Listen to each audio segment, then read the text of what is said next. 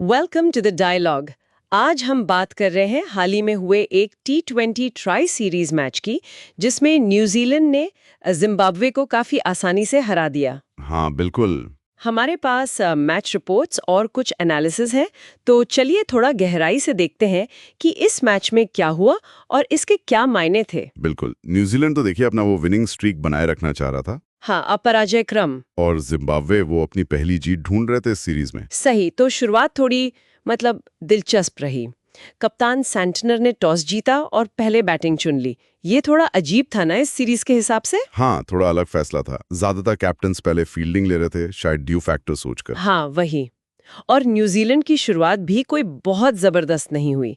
Tim Robinson को 0 पर 1 life मिली थी। हाँ, कैच छूटा था। लेकिन वो उसका फायदा नहीं उठा पाए और 10 रन पर ही आउट हो गए। नगारवा ने विकेट लिया। Richard Ngarava. पर इसके बाद जो हुआ वो कमाल था। टिम सीफर्ड और रचिन रविंद्र। ओ हाँ, वो पार्टनरशिप। क्या कमाल की पार्टनरशिप थी। पिच थोड़ी धीमी बताई जा रही थी, लेकिन दोनों ने खुल के शॉट्स खेले। सीफर्ड तो फॉर्म में लग रहे हैं। 75 रन्स सिर्फ 45 गेंदों में। बिल्कुल, और ये उनका लगातार दूसरा 50 था। 33 गेंदों में पूरा किया। वाह। और रविंद्र भी पीछे नहीं रहे। 63 रन बनाए उन्होंने 39 गेंदों पर। उनका भी अर्धशतक काफी तेज था, 32 गेंदों में। तो दूसरे विकेट के लिए सीधे 108 रन जोड़ दिए इन दोनों ने। हाँ, और इसमें जिम्बाब्वे की फील्डिंग का भी कहना पड़ेगा थोड़ा हाथ था। हाँ, वो तो है। सीफर्ड जब तेला पर थे तब कैच छूटा, फिर रविंद्र का 46 पर। बिल्कुल, कुल 3 कैच छोड़े उन्होंने, और एक रॉबिन्सन का 0 पर भी था। ये चीजें महंगी पड़ती है T20 में। बहुत ज्यादा। हालांकि बीच में जिम्बाब्वे ने थोड़ी वापसी की कोशिश की थी ना। हाँ, की थी। टिनोटिंडा मपोसा ने एक ही ओवर में रविंद्रा और मार्क चैपमन, जो अच्छी फॉर्म में थे, दोनों को चलता किया। वो जरूरी विकेट्स थे उस टाइम पे। बहुत। और फिर नगारवा वापस आए अपने दूसरे स्पेल में। उन्होंने सीफर्ड और फिर बेवन जैकब्स को भी आउट किया, तो थोड़ा कंट्रोल किया उन्होंने। नगारवा के 4 विकेट हो गए। हाँ, 4 विकेट लिए उन्होंने 34 रन देकर। थोड़े महंगे जरूर रहे ओवरऑल, पर विकेट तो निकाले। लेकिन फिर अंत में माइकल ब्रेसवेल आ गए। हाँ, उन्होंने आकर वो जरूरी तेजी दी। सिर्फ 16 गेंदें खेली और 26 रन नॉट आउट। उसकी वजह से स्कोर 196 तक पहुंच गया। हाँ, और ये इस सीरीज का हाईएस्ट स्कोर भी बन गया। और इसमें वो 7 वाइड और एक नो बॉल भी जोड़ लीजिए जिम्बाब्वे की तरफ से। थोड़ा अनुशासन कम दिखा। हाँ, एक्स्ट्रा रन्स काफी गए। अच्छा, अब आते हैं जिम्बाब्वे के रन चेस पर। एक अच्छी बात उनके लिए शायद ये थी कि डायन मायर्स ने ओपनिंग करते हुए तेज शुरुआत दी। हाँ, 18 गेंदों पर 22 रन तेजी से खेले वो। हो सकता है भविष्य के लिए वो एक ऑप्शन हो टॉप ऑर्डर में। पॉसिबल है। पर ये उम्मीद ज्यादा देर चली नहीं चले। फिर आए ईश सोडी। और बस वहीं मैच पलट गया। बिल्कुल, उन्होंने पावर प्ले के अंदर ही गेंदबाजी की और 3 बड़े विकेट ले लिए। मायर्स, फिर मदांडे और बेनेट। स्कोर एकदम से 37 पर 4 हो गया। हाँ, कमर ही तोड़ दी एक तरह से। और विकेट गिरने का सिलसिला रुका नहीं। फिर नहीं रुका। ब्रेसवेल ने बर्ल को अपनी ही गेंद पर कैच कर लिया, जो खतरनाक हो सकते थे। और फिर मैट हेनरी ने कप्तान सिकंदर रजा को LBW कर दिया। रजा सिर्फ 9 रन बना पाए और वो थोड़े नाखुश भी दिखे अंपायर के फैसले से। हाँ, काफी निराश थे और होना भी था। टीम मुश्किल में थी। कप्तान का विकेट 44 पर 5 हो गए थे वो। लगभग आधा मैच वहीं खत्म हो गया था। हालांकि टोनी मुन्योंगा ने थोड़ी लड़ाई दिखाई। हाँ, उन्होंने कोशिश की। ताशिंगा मुसेकेवा के साथ एक पार्टनरशिप बनाई छठे विकेट के लिए 51 रन की। मुन्योंगा ने 40 रन बनाए 30 गेंदों में। अच्छी पारी थी उस सिचुएशन में।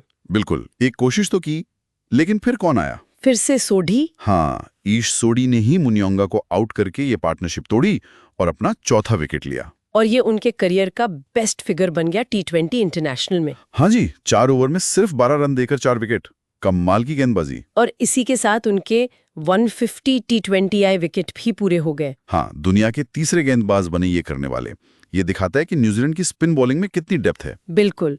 इसके बाद तो फिर ज्यादा कुछ बचा नहीं था मैच में। नहीं, बस औपचारिकता थी। मैट हेनरी ने भी 2 विकेट लेकर बाकी बल्लेबाजों को समेट दिया। और पूरी टीम 18.5 ओवर में 130 पर ऑल आउट हो गई। तो 60 रन से न्यूजीलैंड ने ये मैच जीता। काफी कंफर्टेबल जीत। हाँ, काफी प्रभावशाली जीत। तो इस मैच से बड़े टेकअवे क्या रहे? पहली बात तो ये कि न्यूजीलैंड ने अपना 100% रिकॉर्ड कायम रखा। हाँ, और अब वो फाइनल में साउथ अफ्रीका से भिड़ेंगे पूरे कॉन्फिडेंस के साथ। जैसा सेंटनर ने कहा भी कि अलग-अलग खिलाड़ी टाइम पर परफॉर्म कर रहे हैं, जो टीम के लिए अच्छा है। सही बात है। दूसरी तरफ जिम्बाब्वे के लिए ये सीरीज बहुत ही निराशाजनक रही। एक भी मैच नहीं जीत पाए, 0-4 से हारे। और उनकी बैटिंग की गहराई पर मतलब गंभीर सवाल उठ गए हैं, जैसा एनालिसिस में भी कहा जा रहा है। कप्तान रजा भी काफी निराश थे मैच के बाद, खासकर वो जो कैच छूटे उनको लेकर। हाँ, उन्होंने ये भी जोर देकर कहा कि जिम्बाब्वे के लिए कोई मैच डेड रबर नहीं होता, वो हर मैच जीतने के लिए खेलते हैं। ये अच्छी स्पिरिट है, लेकिन परफॉर्मेंस तो देनी होगी ना। बिल्कुल। और गेंदबाजी में जैसा हमने कहा, नगारवा ने 4 विकेट तो लिए, पर थोड़े और अनुशासित होने की जरूरत है उन्हें, अपनी लाइन लेंथ को लेकर। क्षमता तो है उनमें। हाँ, वो दिखती है। तो कुल मिलाकर ये न्यूजीलैंड की एक तरफा जीत रही, सीफर्ड, रविंद्रा की बैटिंग और फिर सोडी की रिकॉर्ड तोड़ गेंदबाजी। और दूसरी तरफ जिम्बाब्वे की खराब फील्डिंग और बैटिंग कोलैप्स। ये कहानी थी मैच की। हाँ, यहाँ एक बड़ा सवाल ये उठता है, जैसा कि आपने भी मेंशन किया, कि आगे चल के सितंबर में Africa reason T20 world cup qualifier है। हाँ, वो बहुत महत्वपूर्ण टूर्नामेंट है उनके लिए। तो उससे ठीक पहले इस तरह का प्रदर्शन, ये उनकी तैयारियों, टीम बैलेंस और खासकर बैटिंग डेप्थ को लेकर क्या कहता है? मतलब किन चीजों पर उन्हें फौरन ध्यान देना होगा? ये बहुत बड़ा सवाल है। क्या उन्हें कुछ बड़े बदलाव करने होंगे?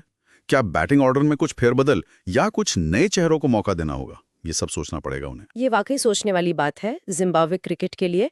अच्छा, इस पूरे एनालिसिस पर श्रोताओं की क्या राय है? आपको कौन से खिलाड़ी या कौन सा मोमेंट सबसे अहम लगा? अपने विचार नीचे कमेंट्स में जरूर बताइएगा।